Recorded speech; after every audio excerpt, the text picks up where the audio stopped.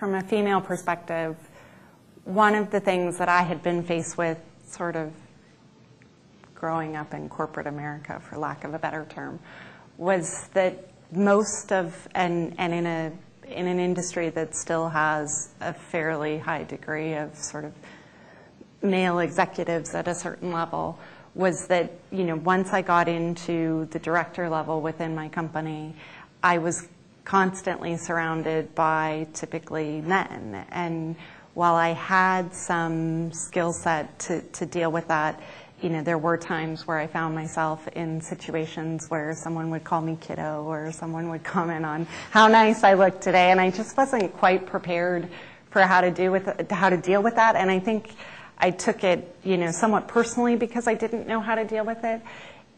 Moving into FEMBA and working on equal footing with your male counterparts in your classes, and in some ways competing with them and collaborating with them, and showing and understanding how the male-female dynamic plays out in a work group where you really truly are equals, and understanding that the compliment about that you look nice can just be a compliment about you look nice, and not meant to undercut or degrade or anything like that. And I think putting you on equal footing, giving you the opportunity to know how you work in that environment and how other people work in that environment, and then being able to take what you learned and take it back to your work environment where maybe you're not on equal footing, but to better understand your capabilities and skill sets and how to interact without the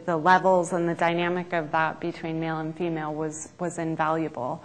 There are times where the program can be challenging because there is an imbalance of female-male, and there are times where you're sitting there and kind of thinking, well, this is an awfully male perspective on this issue. The nice thing about it is you're there, you're represented, and you have an opportunity to raise your hand and say, hey, you know, did anybody think about the female perspective on this? And I think it comes into play a lot in management. You know, management styles between men and women can be very different. And so it was a great opportunity to share those differences and to learn and to have a non-work environment where you can really test the preconceived notions of how each of you manage, and say, well, why do you do that way? And get an answer that isn't concerned with, you know, I have to be politically correct with this person because they're my subordinate. You get an opportunity to really say how it makes you feel and how you feel about it. I think that was an excellent opportunity. And you know, for those of you females that are out there considering the program, I would say if for that alone, if for the opportunity to put yourself on equal footing and learn what you're capable of and stretch those bounds and then take that out with you, that alone will serve you, you know, the rest of your career. I would say to the male and female ratio, you know, I did notice, and I knew that there were a lot less females in our program, at least for the class of 2006. And I guess for me, I didn't come from a work culture where there's a lot of men.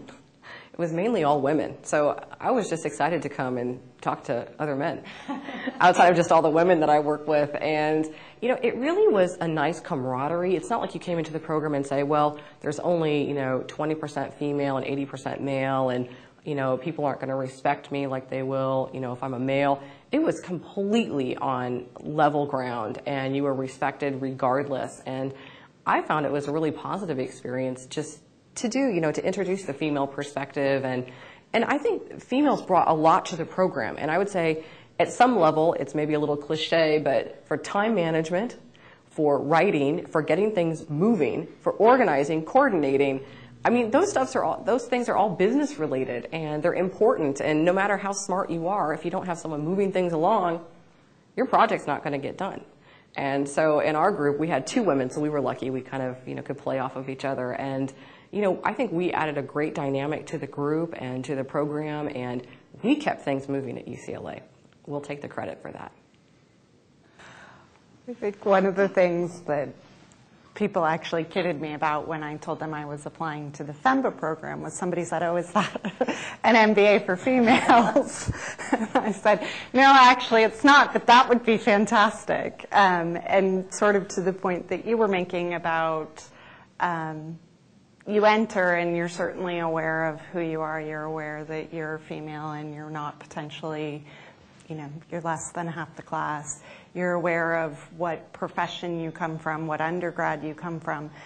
And in some cases, I think you're aware of what your ethnic background is and whether English is your first language. I think I was amazed by the diversity of the program and how quickly those barriers went away and how quickly you lost all sense of what you thought you came in as.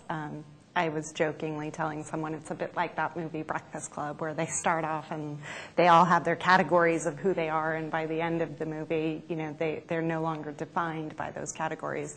And I think the FEMBA program in a lot of ways resembled that for me, because people came in as engineers, they came in as marketing, or they came in as women or men or whatever.